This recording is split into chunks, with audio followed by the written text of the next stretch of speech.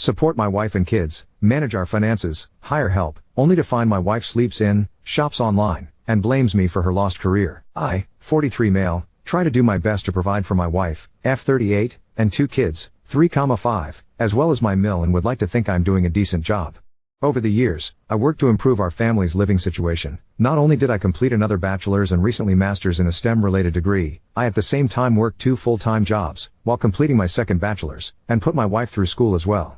She completed a degree where she could make good money, /60-70K/year, in a healthcare field that always has jobs available. But with the birth of our 2 kids, she has since gave up on her career to be a SOM for the time being. At first it was a struggle while I was finishing up my master's.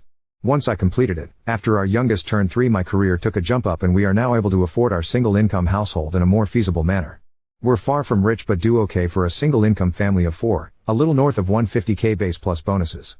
The past year life was overwhelming per my wife, so even though I now work 75% from home, I budgeted to hire a daytime nanny to help her around the house with 1 child while the other is in school. Now my day starts every day around 5:36 am. I get the house ready for the day before the nanny comes at 8 am. I get our oldest up and ready for school, breakfast made, and plan out my day, bring our oldest to drop off, and be home in time to let the nanny in. My most recent task at work has me grounded for the next 2 months, meaning I am now 100% WFH. While this is nice, I am busy in meetings all day as my role manages teams on a global scale as I oversee projects for my industry. For the past 1.5 months, I realized my wife, as much as she says her life is stressful at home, starts at 10 am.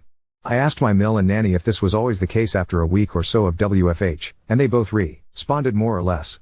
Sometimes earlier, sometimes later. My wife literally wakes up and cooks and then scrolls through her phone or shops from home. Which brings me to my gripe. I am glad I am able to provide her that sort of life since we both grew up lacking in means. I get the possibility of postpartum depression, the stress of having kids, the feeling of being unfulfilled, the fact that I probably am a shitty husband. But for what it's worth, everything is taken care of and then some. I manage the house's finances. She claims she was too busy to do so, pay all the household bills. I pay my own personal bills. I pay her bills, track and perform all the upkeep of our house appliances /cars /pets etc. And I also help pay for my mill's medical bills and car note, but apparently my life is on easy street compared to hers. I can't decompress to her because it seems like she always feels the need to one-up me. I had a bad day. But she had it worse cause I'm lucky I got to go away and work. My feet hurt from walking all day during work travel, which is nothing compared to her standing and cooking with a child clinging to her. For the past 2 or so years, I've been told I ruined her life, her opportunities, etc. But when I reminded her of what she says, she denies and dodges accountability. My mill has brought me aside and stated she's noticed a change in both myself and my wife. I have a greater attachment to my kids and hell. I've hugged the dogs and talked to them more about my life than to my wife. I honestly feel like I am in emotional survival mode as I'm 1 step from moving up the career ladder and 1 step away from finding love and comfort from the bottom of a whiskey bottle. I'm sure I'll be hearing from the manly men of Reddit about how I'm simping. But I'm not a machine. I just want to know and feel that someone I prioritize aside from my kids appreciates and loves me for what I do. I'm sure I'll hear from the stay-at-home moms of Reddit. Which is fine. I grew up in a single parent/mother household. It's not easy. And honestly, with the help of her mother and a nanny Monday to Friday, for 1 toddler while another child is at school. Can you honestly tell me she's having the typical SOM experience? Because neither my friends or colleagues who are single parents can say she is. Update 1. I do work in an industry that has a large female population, but I'm literally an open book with work, name colleagues and staff under me. She has access to my work agendas and correspondence if she really wanted to snoop, but on that note she still doesn't know what exactly I do for a living at this time. 2. We as whole family, her parents and mine, have tried to get her to go to therapy but she refuses or skirts around the issue. 3. Aside from my coming from a single mother household my biological dad was present in my life. She has had both parents in a reportedly monogamous marriage for over 40 years. 4. I have tried to talk to her about everything and my own feelings, but again, one-upmanship tends to be the trend here. 5. What I am getting out of the marriage was asked now. Aside from my 2 beautiful kids, I've been asking myself that same question.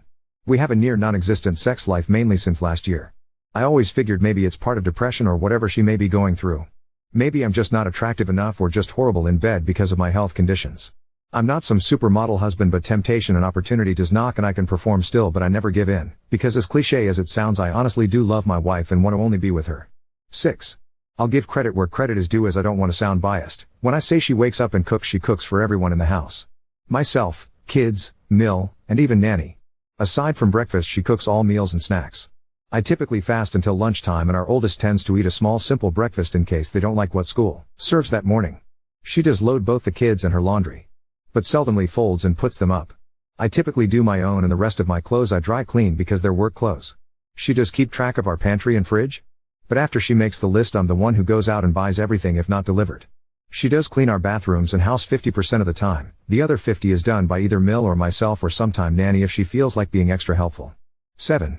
Prior to Nanny, my Mill was the main help for my wife up until she had unexpected medical needs.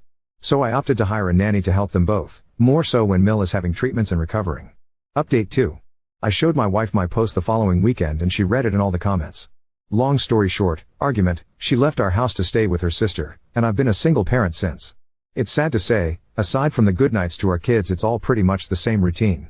Nothing much else to say other than, thank you for all the kind words of encouragement. It feels depressingly sad that I feel that I have to turn to random internet strangers for some sort of validation in my rant. My apologies in advance as I try to keep this as vague as possible.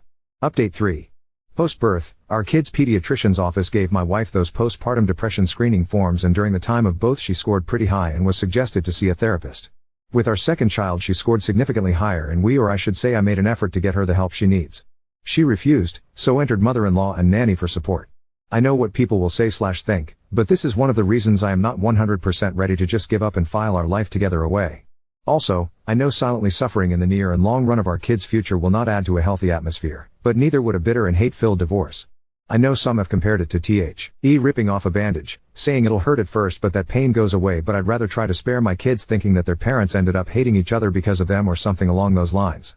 I've told a few PPL I talked to in DM since my last post, a little more insight on my personal life. Prior to my promotion I was a PM managing teams and budgets, so out of habit I planned for a lot of what ifs. That being said, I made a number of contingency plans if sadly things went south. So, yes, I have talked to a lawyer, 3 actually. Know our rights and what each of us are entitled to. Have a draft settlement created and on hold until I feel I need to use it. I know what I want and am willing to offer more than what is fair for our kids' well-being, but also have a plan if we end up going to court.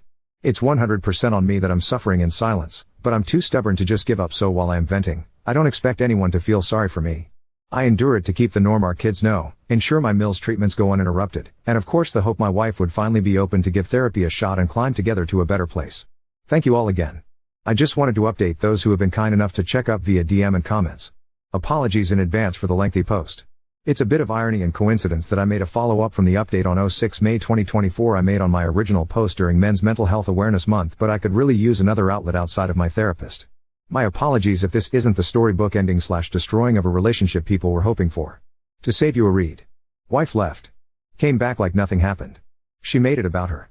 Nothing's changed. I'm continuing to be suffering mentally, knowing nothing will change while trying to keep it together for our kids. Lots of takeout. The day after she packed up and left, my wife attempted to come back and take the kids with her to her sisters. Naturally I was against this, and thankfully so was her whole family, including said sister. Not only was it not fair to our kids for her to sweep them away into a home that's not theirs, but to put that financial and housing stress on the rest of her family, since she doesn't work and her sister and her family, husband and 3 kids, stays with their dad in the house they grew up in.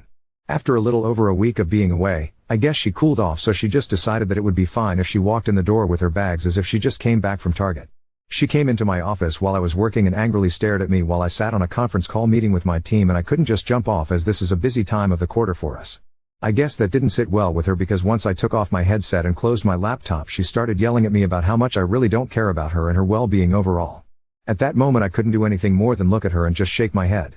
Mother-in-law came in after hearing my wife yelling and pulled her away, telling her to not bother me, while our nanny kept our youngest away from it all on the other side of the house. That night after the kids were put to bed, I sat in my office by myself with a drink as I've been doing for the past nights, and my wife came in. We talked. We argued. We cried. We drank. One thing led to another and we were in bed. I wish I could say that was our making up, but the next sobering morning as we laid there, she went on about how hard it was for her the time she was gone. Literally. It was about her struggles staying at her family house in her old room with her dad and sister's family. How lucky I am to be able to stay here and do this and that and buy this or do that and not stress as much as they did. How easy my and everyone else's in our family lives are compared to hers, even though we had similar upbringings. My mind and heart broke hat morning.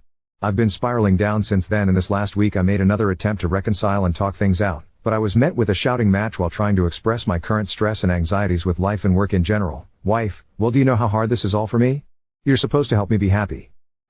So when it comes to my happiness, stress, needs, and overall well-being. FK me get over it, right? Wife, We all have our own problems, you need to figure it out and get over them. I don't know who the woman I am at home with is, but that wasn't the woman I married and vowed to spend my life with and raise our kids together. Since that conversation, I've been noticeably distant with her. I've been sleeping in my office or on the couch or with my kids in their bed after putting either one of them to sleep. Still doesn't change her starting her day at 10 a.m. and sitting on her phone talking to her mom groups between cooking meals with the kids in both mother-in-law and nanny's care. Nothing has changed and I doubt that anything will change. Sadly, I think even if we got a divorce, nothing would change or feel different anyway, since during my wife's leaving the days seemed like any other day except with a little more takeout than usual. My main fear there isn't that I wouldn't just lose my wife, I'd lose my kids in the process. So I guess it's sad to say the grand finale to my story with, like a lot of men and some women I've talked to here, I'll just continue to smile and suffer in silence. Edit, now deleted comment history found by a commenter. From his comment history, I've been struggling with Ed in my later 30s early 40s, for a while I thought I had low testosterone or it was due to my health. I got healthier, lost the weight, lowered my blood pressure, got off the meds, and when that didn't work I got consultations from a few urologists and endocrinologists. I did test for low T. So I got on hormone therapy. It somewhat worked. But a few of the urologists highly suspect I have a penile venous leak. After talking to quite a number of experts in the field and looking for alternatives, I actually found a combination of both medication, Trimix, and device that honestly made me harder than in my 20s early 30s. Even though this combination gets me good to go within 10 to 15 minutes, which is usually focused on foreplay with my wife. For the last of 2021 and early 2022 we were having some of the best sex of our marriage almost daily. Then one day after sex she tells me she doesn't feel happy with it because it's unnatural that I have to take these steps to just make love to her. She then compared me to her ex in bed. I laid there next to her in silence and just turned away. My brain broke that night. Now on to second story. Best friend ambushed me with a set-up dinner weeks after I lost my husband, and now I'm chased by her trio of toxic supporters. I 23F lost my husband 25 male weeks ago to a car accident. He was the love of my life and I'm still not used to waking up without him every day. We have big plans for our future and it all came crashing down in a heartbeat. We met on his uncle's farm, he was a farm hand and it was love at first sight for me. I'm also 4 months pregnant but I haven't told anyone. I was planning on telling my friend when I was feeling better.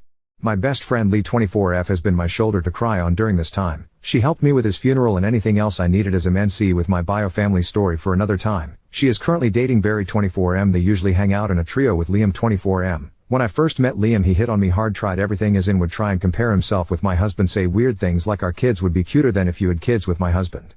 He's also made weird comments like I need a city boy and would motion himself. When I'm a country girl through and through, I typically would shut him down and or ignore him, but I would always get dirty looks from Barry. Skip to Sunday night, I got a message from Lee begging me to come to dinner with her because she wanted to treat me as I had been through a lot in the last couple of weeks. Feeling not so shit about myself I decided to go.